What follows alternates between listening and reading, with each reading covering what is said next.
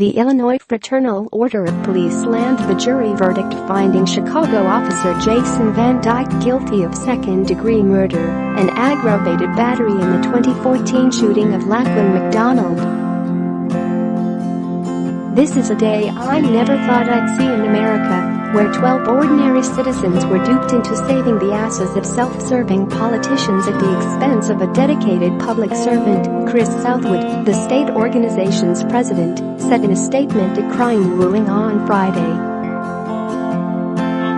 "This sham trial and shameful verdict is a message to every law enforcement officer in America that it's not the perpetrator in front of you that you need to worry about, it's the political operative stabbing you in the back."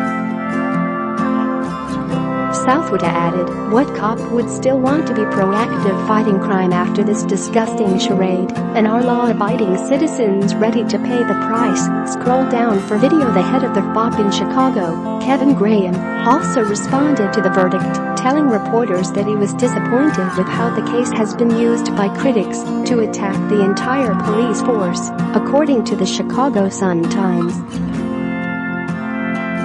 "They have used this case to really kick around the Chicago Police Department, which has been unfortunate," Graham said.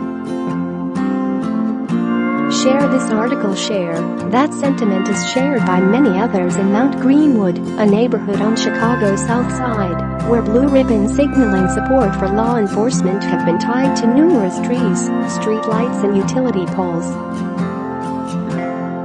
"He's a political prisoner, a sacrificial lamb," resident Tim Horner told the Sun-Times.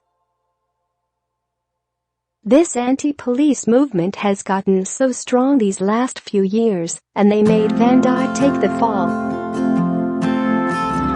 Horner, who has relatives in law enforcement, added, "Do you think he went out that night wanting to kill someone? He was faced with a threat and he had to act. It's not murder. People don't understand how hard it is to be a police officer." Another resident, Julie Grossman, called the verdict shameful, telling the Sun-Times those lawyers had months to think about the case. "Those jurors had weeks. That officer had half a second. It seems like people these days don't want the police to be able to do their jobs." Meanwhile, McDonald's family has praised the verdict, expressing their feeling that justice has been served. "This is a victory for America," McDonald's great-uncle Rev. Martin Hunter told reporters. "America was on trial," he added. "Now we can go home and sleep knowing Laquan is at peace." Hunter told reporters that McDonald's mother, who did not want to speak following the verdict, was relieved and cried tears of joy. "This family wanted justice because revenge belongs to God," he said. Hunter, the pastor of Grace Memorial Missionary Baptist Church in North Lawndale, said he feels compassion for the family of Jason Van Dyke, the Chicago police officer charged with killing 17-year-old McDonald. Hunter, however, pointed out that Van Dyke showed no remorse during the trial and has never contacted McDonald's family to apologize. "It was touching my heart to see their pain, but it was also bothering me that they could not see the pain that was within us. They never really gave their condolences," he said. "I want the world to know you can't just go around forgiving people who, number one, don't think they did anything wrong and number two, never asked for forgiveness." Jason Van Dyke has never asked his family for forgiveness, ever.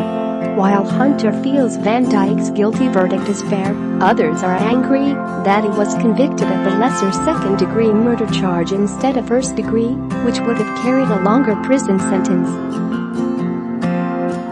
Van Dyke was originally charged with first-degree murder, but Judge Vincent Graham told jurors, before they started deliberations, that they had the option of replacing first-degree murder with second-degree murder.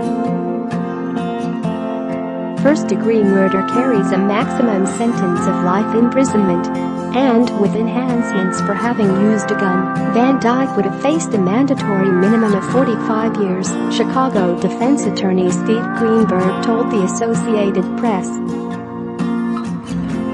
The punishment for second-degree murder is no less than 4 years, but no more than 20 years behind bars.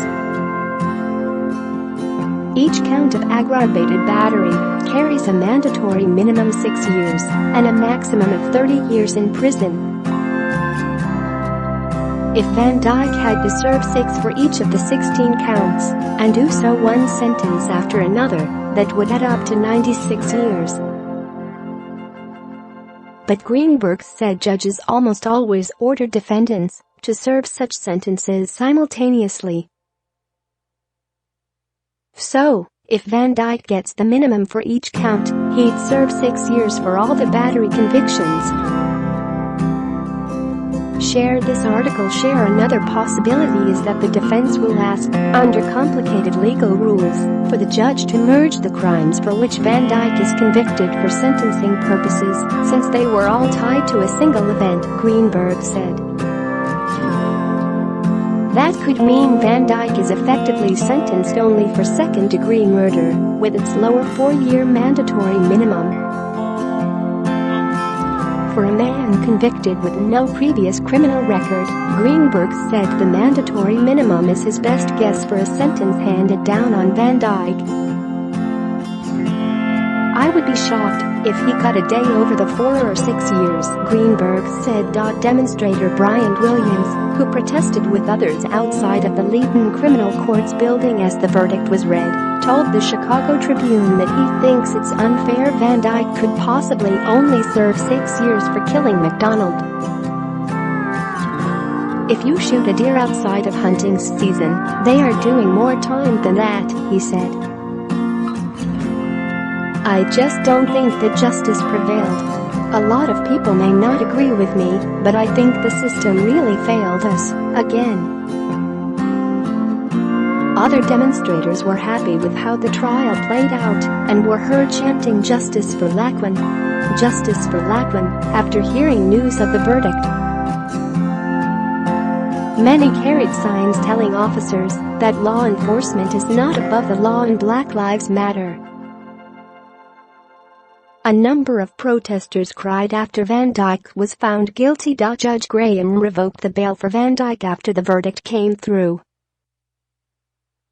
Van Dyke will be sentenced on October 31st. After the officer was walked out of court, his wife appeared to be struggling to hold back tears as her family surrounded and comforted her.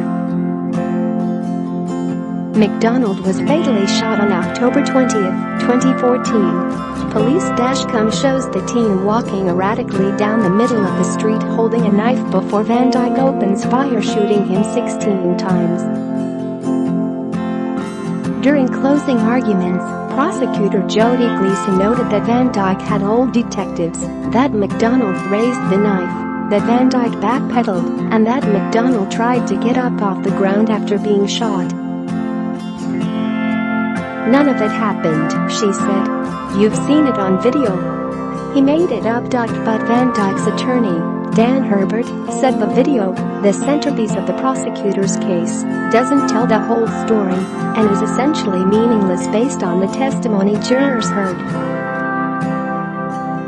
He pointed to testimony from Van Dyke's partner that night, Joseph Walsh, who said he saw McDonald raise the knife, even though the video doesn't show that.